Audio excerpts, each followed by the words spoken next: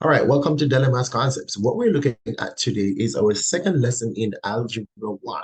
What we're looking on today is the transformation of parent functions, right? So let us start off by looking at a quadratic function. So the quadratic says y is equal to x squared. So we want to take a quick look at this. This is the parent function for the quadratic family.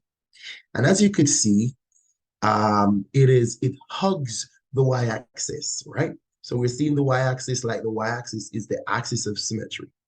And it actually turns back at 0, 0 right here. So if we should look at this point right here, it is where 0 meets 0 right there, right? So we're looking at that as the parent function. So what we want to do is to quickly take a look at how we could actually transform this by moving its position, right? So we're going to add 2. So now let's take a second look at this on my left side. I now have x squared plus 2. Now, when we use x squared plus 2, if we take a look, you'd realize that this graph in black actually move up on the y-axis to 2 right there. We're still on the y-axis, but we move up to 2, right? So it seems as if the number on the outside, the constant, would be responsible for walking up and down vertically on the y-axis. But let us confirm that. So we're going to be using a -1 this time. So we have y equal to x squared, and we're going to take 1 from it. Look at my red line. My red line, you're seeing now that we have 3 quadratic curves, right? When I use plus 2, the parent function move up, right? And this is what we call an offspring to 2. And then when we look at the last one, y is equal to x squared minus 1, you can see that the curve moved down to -1 right here. As you could see that point right there, right? So that means that this number at the back is responsible for the motion going up and down on the y-axis. Let's take a quick look. So what we're saying is the format for a quadratic would be y is equal to a, open bracket, x minus h all square plus k. What happened is that this here would deal with what we call horizontal movements, movements to the right, to the left. But this, which is a constant, which is what we just looked at, it's going to move the graph up or down.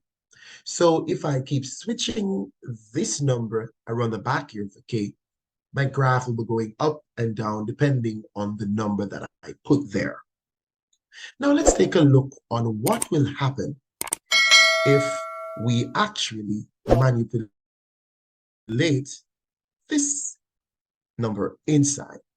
So basically, we're going to create a situation where we're going to be changing the number inside, and we're going to see what happened. Let's take a look.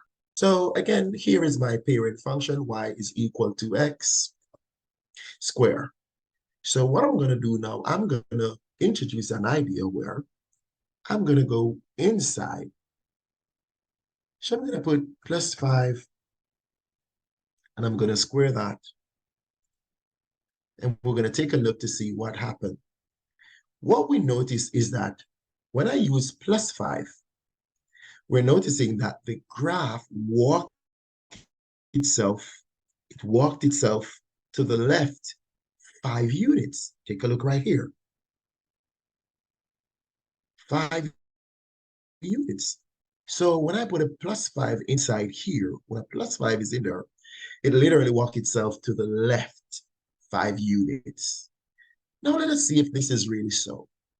Let us use y equal to x, and then we're going to have a negative. Let us put -4 in there, and then we're going to square this.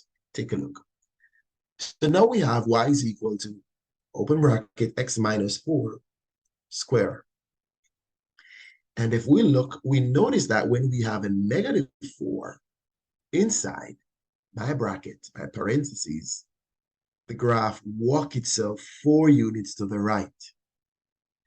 So we can conclude that when a positive number is inside, it goes to the left.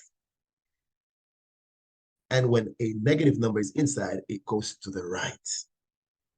Now, what if I want to combine a vertical and an horizontal motion? Let's look. Y is equal to, in bracket, x plus 2. And then on the outside, I'm going to have plus 3. So we want to take a quick look to see what happened.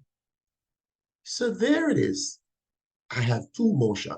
One, this positive 2 inside here is going to allow the graph to walk 2 units to the left. As you can see here, it's going to walk from 0 to -2 to the left. You're seeing that number. And then this number on the outside here, that plus 3, means that it's going to go up vertically on, so it's going to make a vertical motion going up 3 units. So there's a combination of moving to the left 2 places and then moving upwards. Now let us see if you could combine this for yourself. Pause the video as soon as I put this out there. You could see this -4 here will allow the graph to walk 4 places to the right. But this negative constant on the outside is going to take it down to -2. Let's take a look. So you could see here, this is the graph. And if I look at this, take a closer look.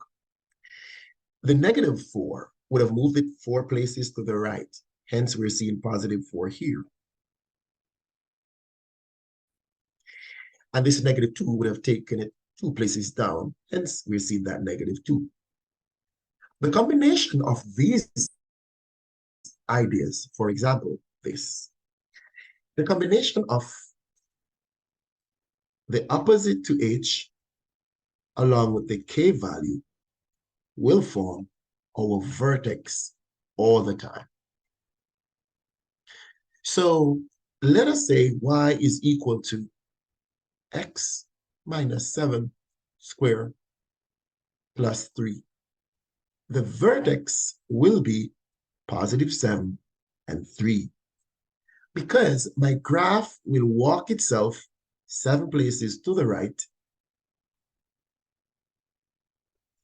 and then 3 places upwards. Hence, this will be where the vertex is. Let's take a look.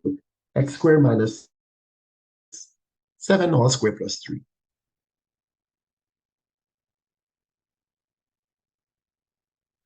Y is equal to x minus 7 squared plus 3. See, as you can see, take a look. We're at 7 here, and we went up 3 right there. So the vertex will be the opposite of this number, along with this as a point. So the conclusion is that if I see the form, if I see the form, y is equal to any number there. Inside I have x plus 6 all squared and minus 10. This is going to advise me of my motion to the right, to the left. But this is positive. It's going to go to the left 6 places. And this number on the outside will be my vertical motion. And it's going to take me 10 units down. So the parent function will shift to the left 6 units and then shift down 10 units. Right? Now, the good thing about the motion is that for all graphs, When we manipulate the idea inside the square, we're going to get our horizontal motion. And when we manipulate the constant, we're going to get the vertical motion. Y is equal to ax minus h square plus k. My horizontal motion, my vertical motion. See you next time. Daily Maths Concepts. Bye-bye.